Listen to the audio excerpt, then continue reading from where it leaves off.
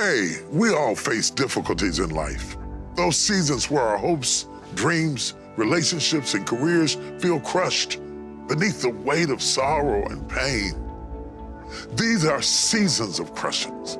Like you, I've been through seasons of crushings. I'm here to encourage you, this dark season is not the end. Through the crushing, God can turn the pressure you're experiencing into new power.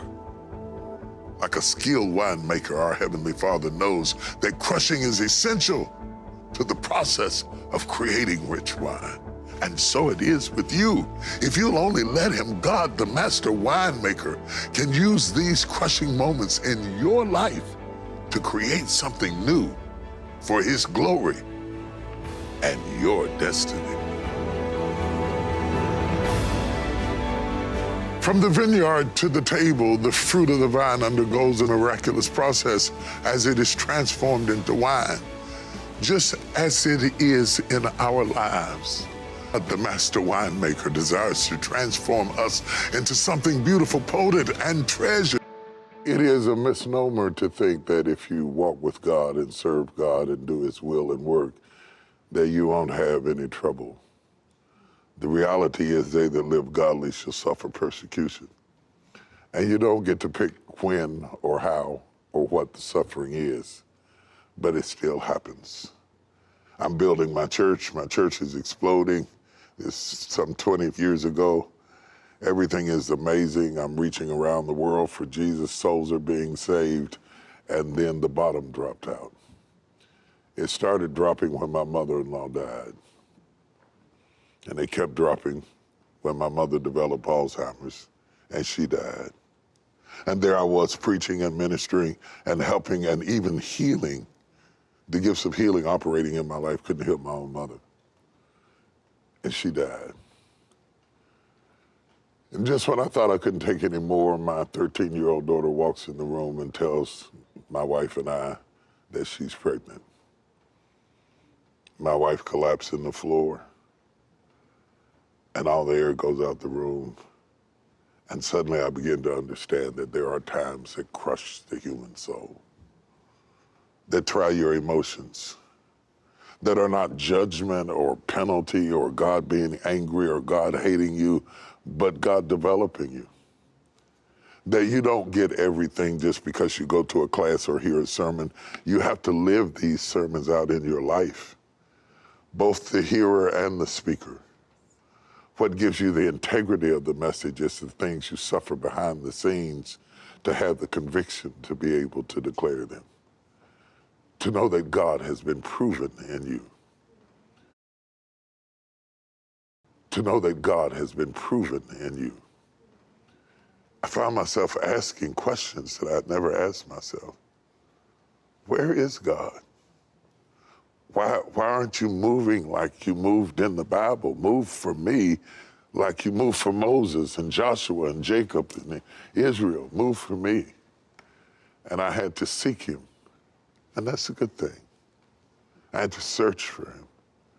I had to search my heart to understand what level of faith do you have. You don't need to search your heart when everything's going right. You need to search your heart when all hell is breaking loose and trouble is everywhere and you feel deep down inside like you want to die. And you're asking questions that you dare not utter aloud, lest the church judge you. But in your secrecy, in your private times, alone with God, you say, where are you? When are you coming? When is the happy ending? And I didn't understand that tribulation is a part of training, that crushing and suffering is a part of how God develops us to become what He wants us to be.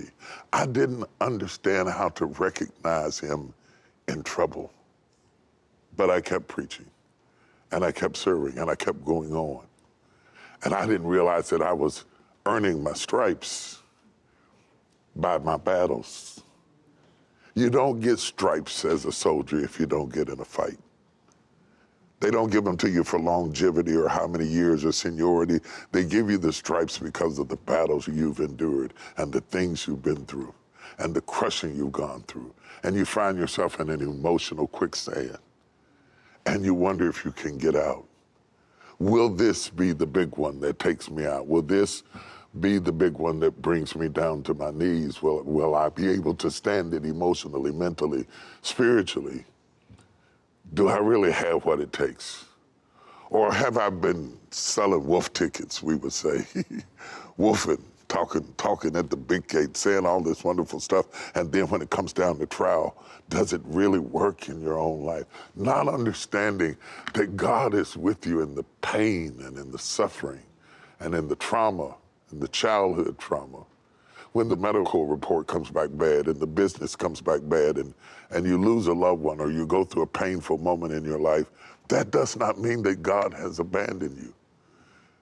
We can sometimes feel aimless and lost and confused and uncertain and still love God. We can feel like God has abandoned us. It's okay. Even Jesus cried out on the cross, Eli, Eli, lama sabachthani, my God, why hast thou forsaken me? And if Jesus had a moment like that, then we can expect to have moments like that. I found out that the way God rewards you for passing the last test is giving you the next test.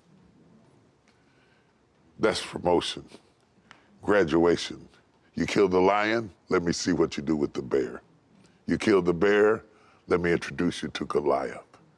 That the way into your destiny is riddled with bloody battles and scars and bruises and hurts and pain, so that when you get there, you will stand there and you will endure because you have been through something.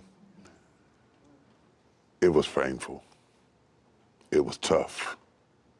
It was crushing. And there were no demons to rebuke and no witches to rebuke and no Satan to come up against. I was in the hands of the potter, and he was pressing in on the clay. And to God be the glory, even when it hurts.